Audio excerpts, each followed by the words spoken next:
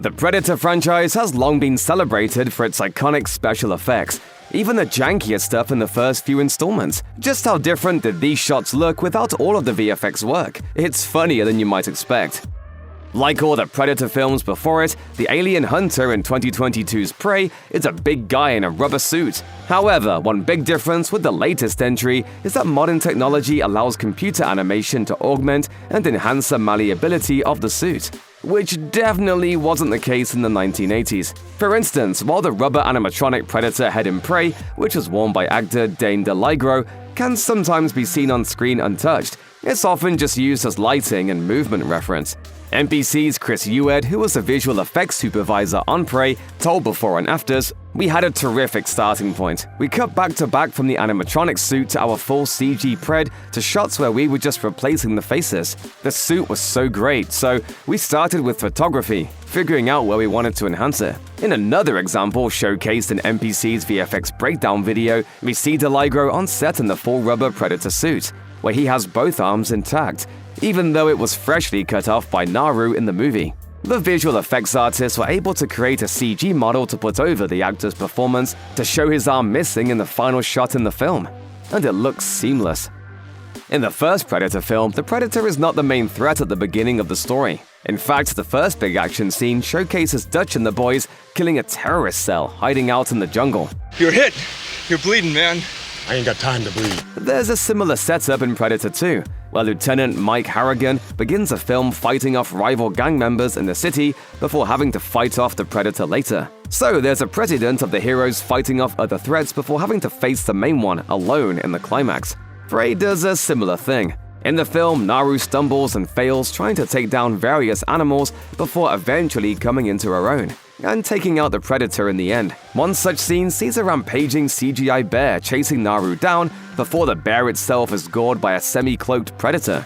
A large blue screen was used for this scene, presumably one of the few done in the studio, since most of the film was shot on location in Alberta, Canada, primarily on the lands of the Stoney Nakoda Nation. To make things easier for Mid-Thunder and allow her to get into the moment, the crew installed some real branches in front of the screen for her to interact with or trying to escape the huge bear. Another animal that Naru comes face-to-face with in Prey is a dangerous cougar. Naru firmly believes she can take it down, so she follows her brother and another male tribe member on the hunt for it. While on the lookout on a tree branch, Naru and the male tribesman are attacked by the aforementioned cougar, with the tribesman unfortunately killed in the assault. The cougar then goes after Naru, and while she manages to stab the cougar with her spear, she ends up falling from the tree and hitting her head. This scene was achieved in a similar way to the bear scene. In both instances, the animals were rendered entirely in CGI by VFX company MPC. However, a major difference between the two scenes is that a stunt person in a motion capture suit stood in for the cougar, giving the VFX team some reference when rendering the vicious mountain lion.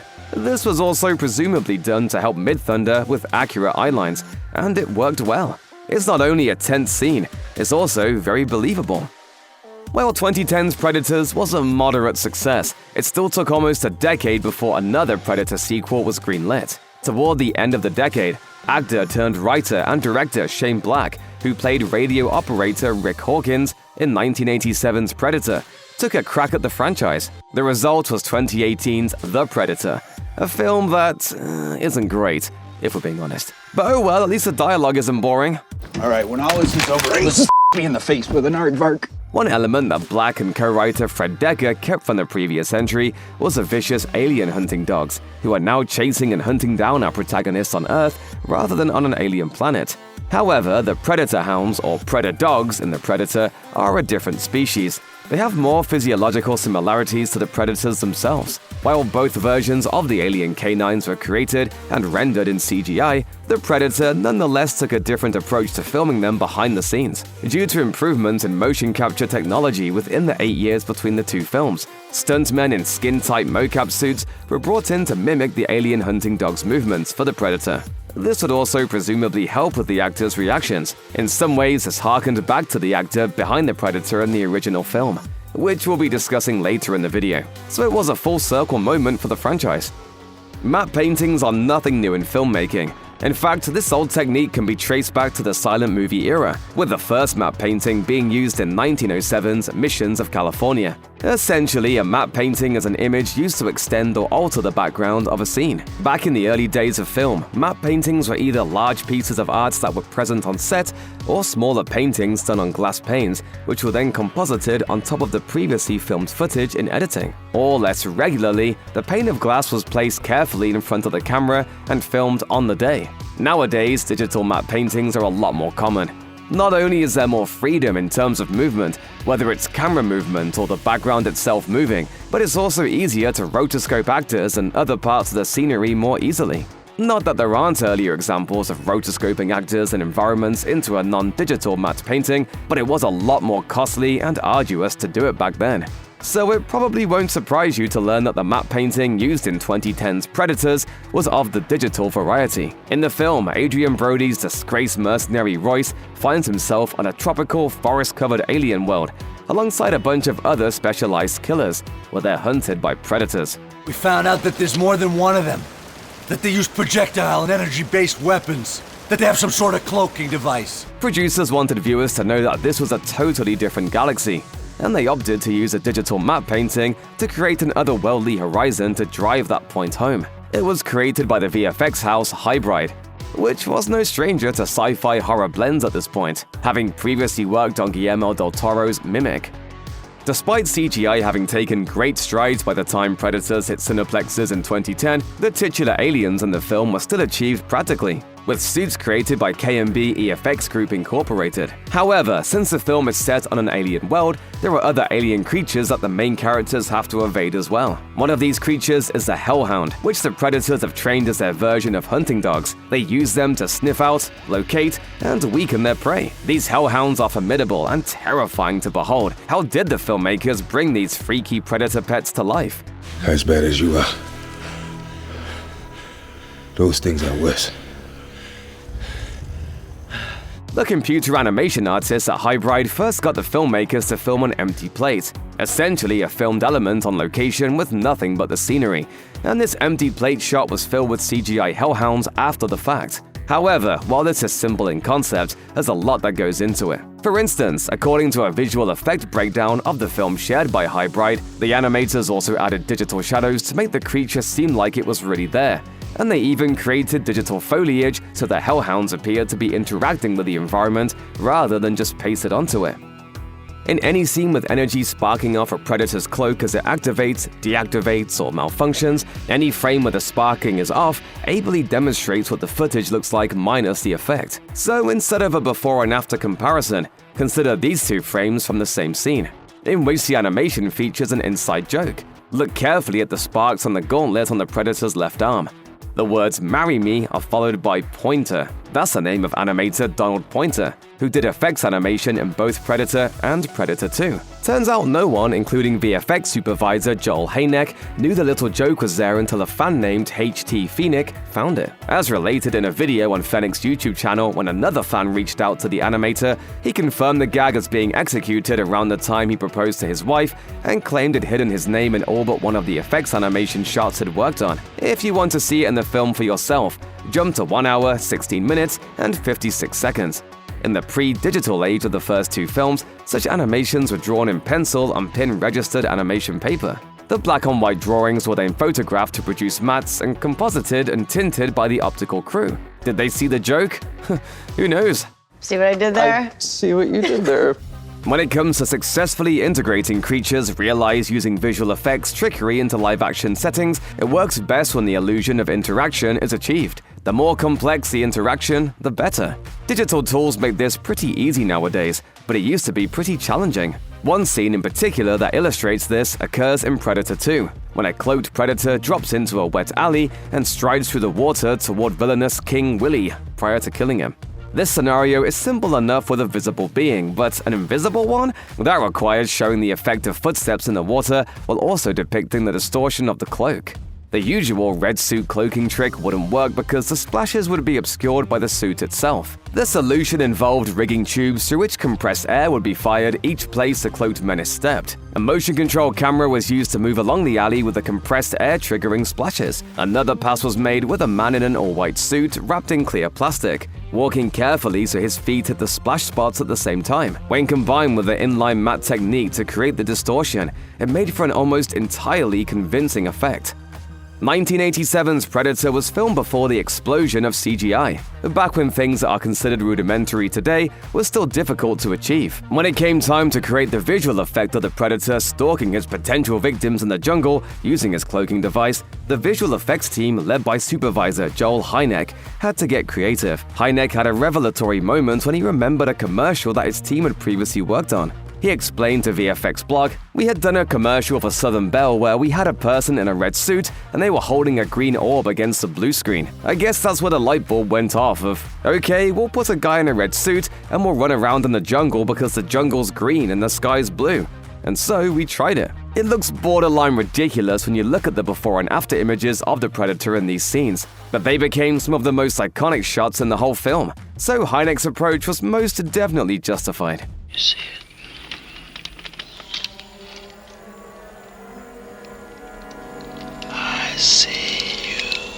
In fact, the scenes in which the Predator is using his cloaking device still hold up pretty well today, all things considered. So it's no wonder the effect was considered a major achievement back then. The same basic technique was employed for both Predator and Predator 2.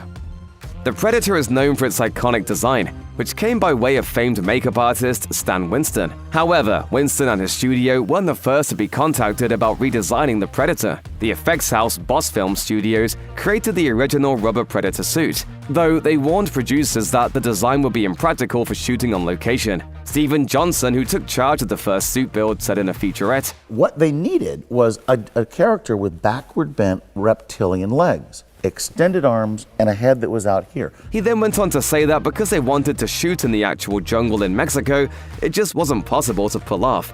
So he told them no. Director John McTiernan later stated in the documentary If It Bleeds We Can Kill It that the original Predator looked awful on camera due to how restrictive the original suit was for the actor. He explained, It was impossible to move, and it was terrible. McTiernan did shoot a couple of scenes with the insectoid design before calling up the studio to request more time and money to get it right. Luckily, after McTiernan showed the studio heads a goofy costume, they agreed and let the director take a break in filming so the alien antagonist could be redesigned from the ground up. Stan Winston and his team were brought in and they saved the day, turning the Predator from a corny-looking bug puppet into a terrifying extraterrestrial killer. One ugly mother.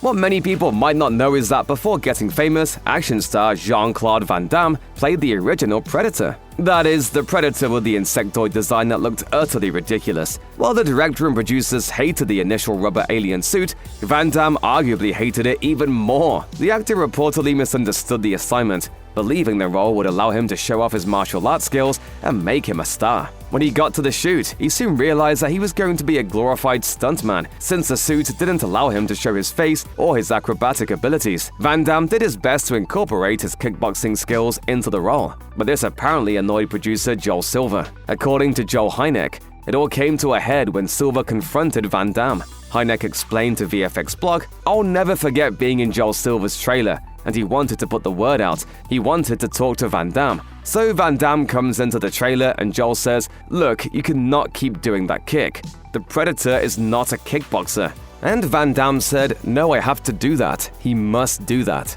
Then Joel Silver said, 'Well, forget it then. You're out of here. Goodbye.' This was probably for the best. The crew got a chance to regroup while a better Predator suit was designed, and producers were able to hire an actor more willing to play the role as written. Van Damme went on to make 1994's Street Fighter and carve out a career for himself as an action hero, so all's well that ends well. Are you men enough to fight with me? After the new and improved design for the Predator suit was made, the next step was casting. 7'4" actor Kevin Peter Hall was eventually cast in the role. I am Predator, master of the universe. His height and physical prowess had him towering over Arnold Schwarzenegger, who was plenty tall himself, making their final confrontation at the climax of the film much more believable than it probably would have been with Van Damme as the Predator. The casting crew had nothing but kind things to say about Hall, with Stan Winston even referring to him as a wonderfully soft-hearted, intelligent, poetic giant of a man in a behind-the-scenes featurette. Despite his imposing stature, Hall was a genuine actor who actually put a lot of thought into who the Predator was. He said, "You work on the inner things that are going on in the character, just like as you would in any character, in the suit or out of the suit." Hall would return for 1990's Predator 2 as a different Predator, and he even made an appearance outside of the costume as a helicopter pilot that picks up Dutch at the end of the first film, which was a nice touch. Having evolved in a truly alien environment, the Predator's senses aren't quite the same as ours. It perceives different portions of the electromagnetic spectrum than we do, and its helmet generates infrared images, meaning it displays heat, not visible light. That being said, the filmmakers wanted something different from the pseudo-infrared effects employed in 1981's Wolfen. Infrared film couldn't register body temperature wavelengths, so an inframetric thermal video scanner was used. However, the inframetric system had only half the vertical resolution of a CRT TV. Worse, for the actors to stand out against the backgrounds, the ambient temperature had to be under 90 degrees Fahrenheit or 32 degrees Celsius. The crew lost 2 days because the jungle set was too hot, resorting to hosing down the vegetation with refrigerated water when the weather was uncooperative. Joel Hynek told VFX Blog that because pure thermography can be somewhat unclear, Predator vision was simultaneously photographed by both thermal and motion picture cameras using a beam splitter or a half-silvered mirror. The setup was rigged on a Steadicam, linked to the inframetrics encoders by hundreds of feet of cable. The two monochromatic images were combined on video and colors were assigned to each shade, yielding a coherent image, an example of which you can see here in a screenshot from Predator 2. The inherent differences between cameras didn't yield perfect image registration, but it was close enough for the effect to work. For the Predator's POV sans helmet, the film camera footage was processed using a solarization process, so it still looked alien but distinct from the thermal view.